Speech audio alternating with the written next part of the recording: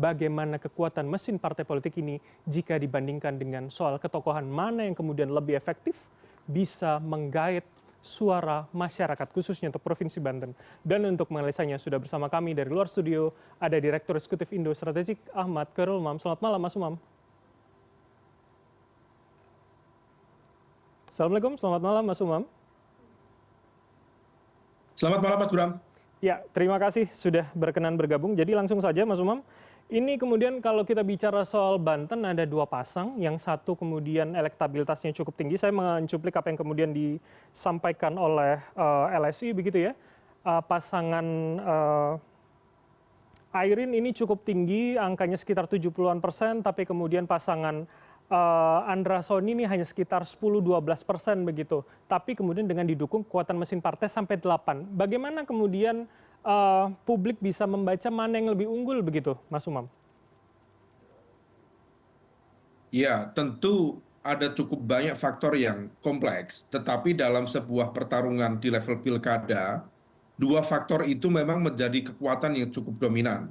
Pertama adalah kekuatan tokoh, jadi faktor ketokohan seringkali kemudian dianggap menjadi sebuah kekuatan yang cukup memadai untuk mengarahkan preferensi politik masyarakat. Tetapi di saat yang sama, kalau misal kemudian kekuatan tokoh itu tidak ditopang dengan mesin infrastruktur politik yang memadai, dengan jaringan kekuatan politik yang memadai, maka kemudian itu yang berpotensi menjadi sebuah tantangan serius. Nah, pada level ini memang elektabilitas Bu Airin diakui atau tidak cukup dominan. Bahkan kalau misal tadi di angka sekitar 70% misalnya, maka angka itu bisa saja menjadi bagian dari gelembung investasi elektoral yang selama ini ditanam oleh Bu Airin dalam kapasitas sebagai wali kota 2 periode.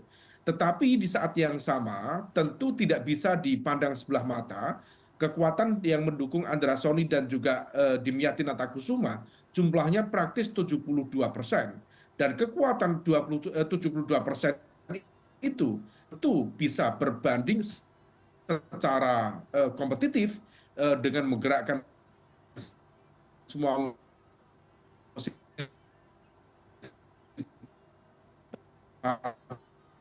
partainya untuk memastikan sen itu betul-betul bisa berjalan secara optimal, tidak terjadi penggembosan, dan kemudian efektivitasnya bisa dipertanggungjawabkan.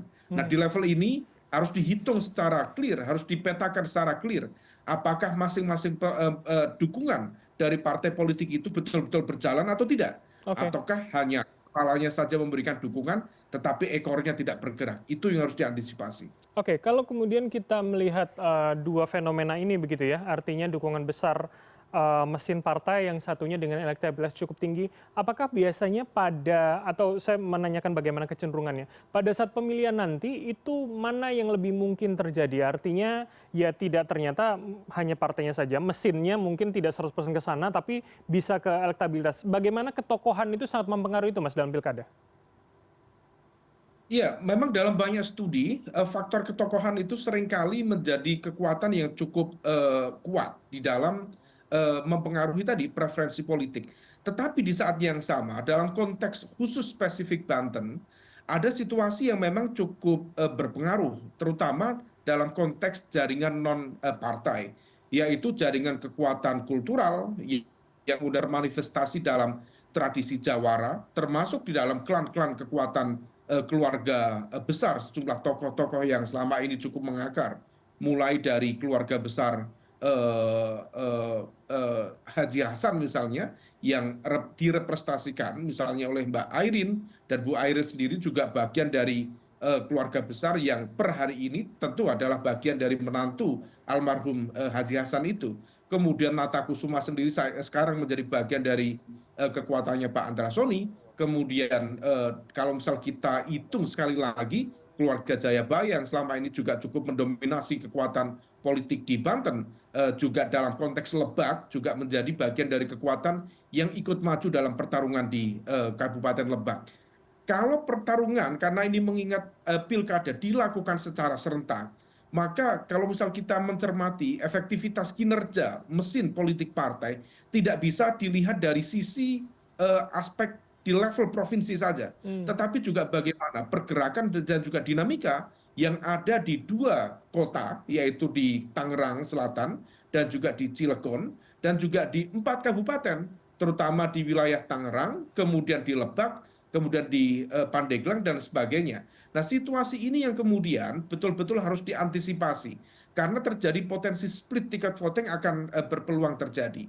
Nah, kalau misal kemudian potensi split itu bisa diantisipasi, sehingga kemudian betul-betul di level daerah, terutama di wilayah Lebak, Banten, dan kemudian di wilayah Tangerang misalnya, Kabupaten Tangerang misalnya, kalau misal kemudian itu bisa diantisipasi, maka kemudian potensi untuk peraihan suara akan jauh lebih terbuka. Nah, Oke. ini yang kemudian betul-betul menjadi pertaruhan serius.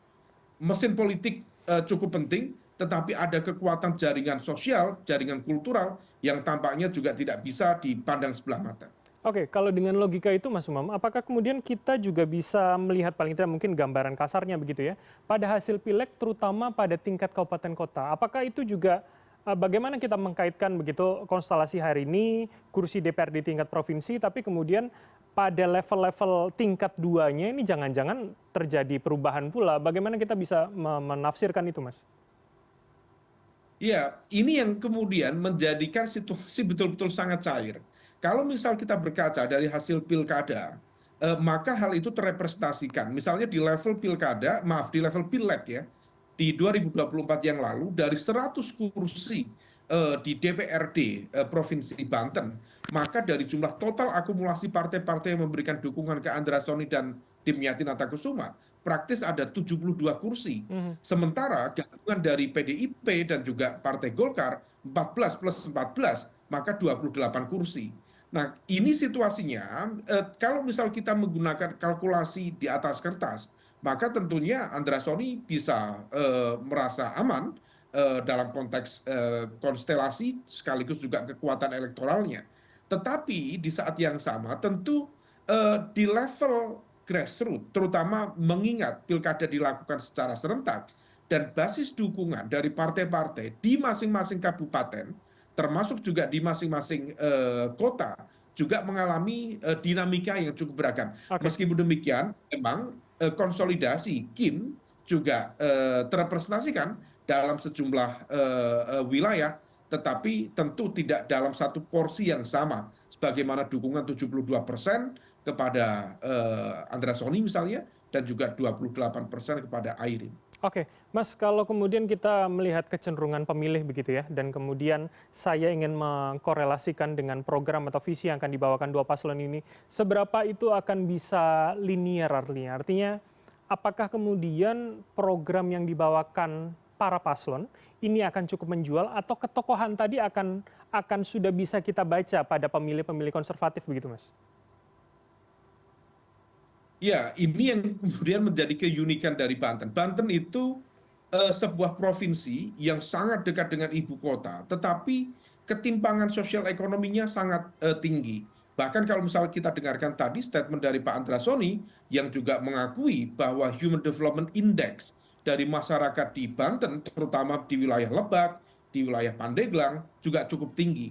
Artinya, dalam konteks literasi politik masyarakat juga cukup problematik.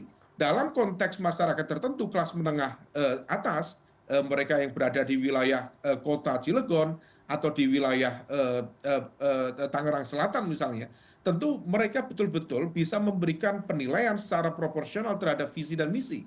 Tetapi bagi masyarakat dengan basis kekuatan kultural, dengan literasi politik yang relatif terbatas, maka faktor ketokohan, faktor kedekatan atau political proximity dengan jaringan sosial yang berada di sekitarnya akan jauh lebih impactful. Mhm. Tetapi sekali lagi, kalau visi misi itu bisa disampaikan dengan baik, disampaikan dikomunikasikan dengan intens, dengan pola pendekatan yang jauh lebih merakyat, dengan betul-betul bisa menyinggung sekaligus juga mengafirmasi kebutuhan-kebutuhan masyarakat sehari-hari, saya pikir memungkinkan juga terjadi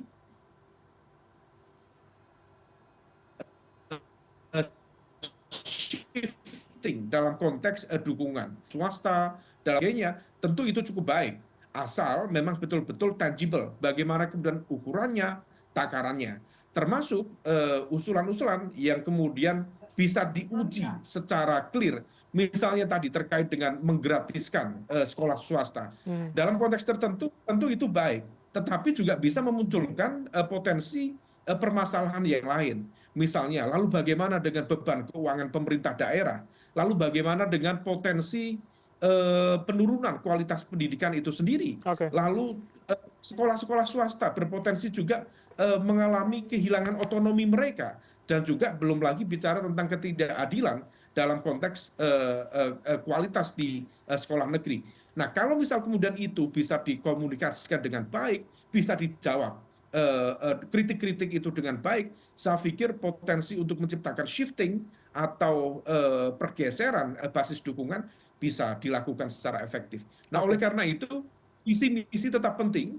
Jangan anggap remeh dengan visi misi, termasuk kalau misal kemudian hal itu disampaikan secara serampangan, maka hal itu juga bisa menjadi alat pukul balik yang kemudian bisa mendelegitimasi kredibilitas sekaligus elektabilitas seorang tokoh dalam pilkada yang akan datang. Oke, jadi dua mata sisi begitu ya, yang kemudian bisa menguntungkan atau merugikan sang calon tersebut. Terima kasih, kita akan lihat ke depannya seperti apa, terutama di Provinsi Banten. Terima kasih Mas Ahmad Khairul Umam, Direktur Eksekutif Indo Strategik telah bergabung bersama kami. Selamat malam, sehat selalu Mas Umam.